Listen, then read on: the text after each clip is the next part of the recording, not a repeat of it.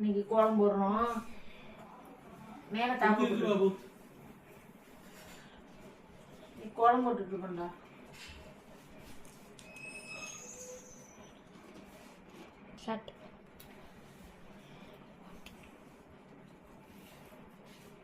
நேற்று நாங்க அவ்வளோ கஷ்டப்பட்டு கோலம் போட்டோம்.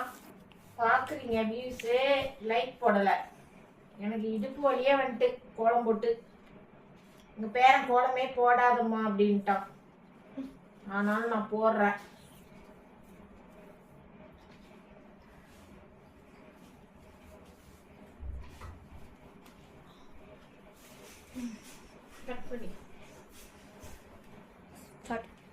இப்படியே நான் போடுறத பார்த்துங்க, பார்த்துக்கிட்டு அதே மாதிரி போட்டுவாங்க. நல்லா இருக்கும் இந்த கோலம். வாசலில் போட்டால் நிறக்கும். எத்தனை பிள்ளைக்குங்க? 1 2 3 4 5 6 7 8 8 2 வரிசை, அப்புறமேல 6 4 2. அதுதான் இந்த கோலம் நல்லா செமையாக இருக்கும். நீங்கள் போடுங்க, ஆனால் லைக் போடாதீங்க. என் பேரை என்ன திட்டுறான், ஆனால் நீங்கள் லைக் போட மாட்டீங்க.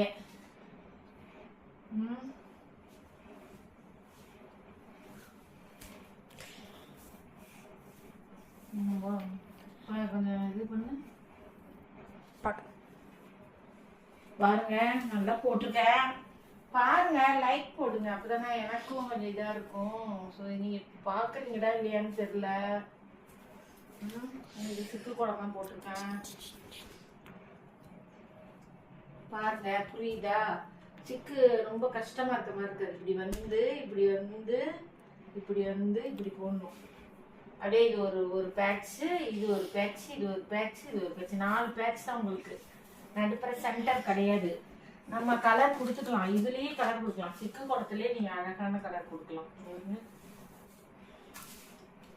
அழகா கலர் கொடுக்கலாம். எல்லாம் நான் செய்யறேன், ஆனா அவங்க லைக்கே போட மாட்டீங்க. ஹாய், கோலம் பாருங்க. 8 புள்ளி 2 வரிசை, அப்புறம் 6 4 2. அதே இந்த பக்கமும் 6 4 2 இப்படி பட்டலாம். எந்த பக்கம் பார்த்தாலும் ஒரே மாதிரி இருக்கும்.